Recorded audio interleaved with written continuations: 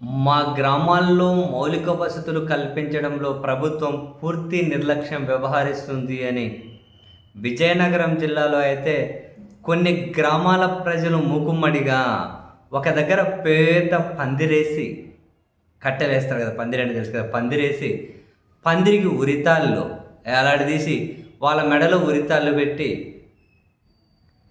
ఎంగండ ఆ చేతిలో ఆ డిప్యూటీ సీఎం ఫోటో పెట్టుకొని గ్రామీణాభివృద్ధి శాఖ మినిస్టర్గా కూడా ఉన్నారు కాబట్టి మా సమస్యల మీద స్పందించాలి, ప్రభుత్వం మమ్మల్ని పట్టించుకోవడం లేదని గ్రామాల ప్రజలు ఉమ్మడిగా ఒక గ్రామం చుట్టుపక్కల గ్రామాల ప్రజలు ఒక పెద్ద పందిరి వేశారు, తీవ్ర నిరసన వ్యక్తం చేశారు.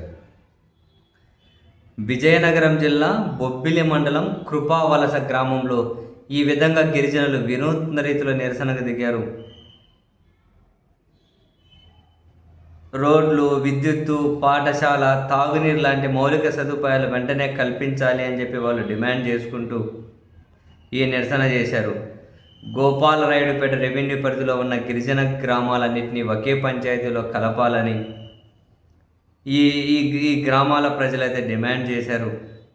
సో మొత్తం మీద ఈ నిరసన పెద్ద ఎత్తున నిరసన తెలుసుకున్న ఆర్డీఓ, జిల్లా పంచాయతీ అధికారి అందరూ హుటాహుటిన అక్కడికైతే పోయారట. పోయి మీ సమస్యను పరిష్కరిస్తాంలే, కాసింత విరమించండి అని చెప్పి అయితే అడిగారట.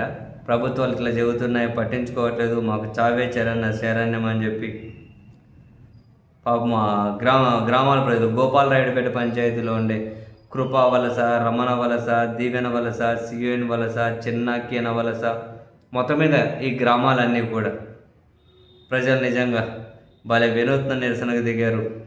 ఇప్పుడు వచ్చి మాతో ఈ నిరసన ఆపించడం కాదు, మా సమస్యలు కనుక ప్రభుత్వం పరిష్కరించకపోతే ఫైనల్గా మాకు చావే శరణ్యం అంటూ మొత్తం ప్రజలు చాలా వినూత్నంగా చాలా పెద్ద పందిరేశారు.